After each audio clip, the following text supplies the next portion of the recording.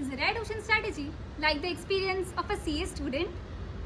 Well, this is because both involves swimming in a pool full of other swimmers, where getting ahead takes skill, determination, and a dash of creativity to stay away from getting lost in the crowd.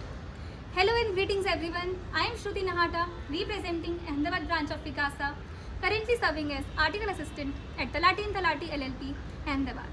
My passion for public speaking is visible through my participation as MOC in various sessions and at National Conference of CA Student, which was hosted by Ahmedabad branch of Vikasa. I had also represented the Ahmedabad branch in Mumbai Regionals for elocution competition, which was hosted by SSEB Board of ICAI. I am here to embark on the journey into the captivating realm of the Red Ocean strategy. Yes, that's right, the thrilling world where the businesses engage in relentless competition, striving ways to outdo each other in a desperate scramble for the same shrinking piece of the pie. So, take a deep breath, put on our scuba gears, and let us dive into the crimson waters of Red Ocean. The name Red Ocean is a metaphor of a sea where fishes eat each other to survive.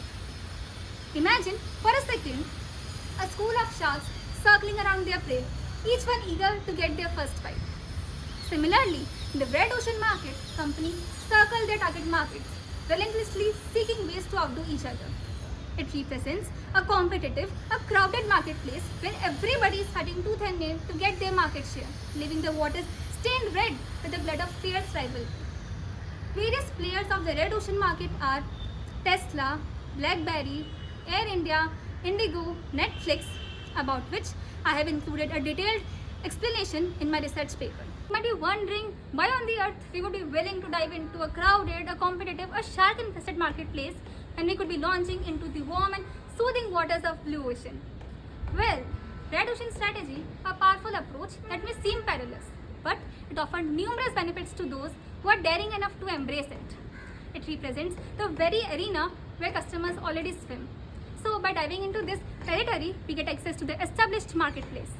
Here, we encounter competitors who have already spent their time in market research and understanding the customer demands, their preferences.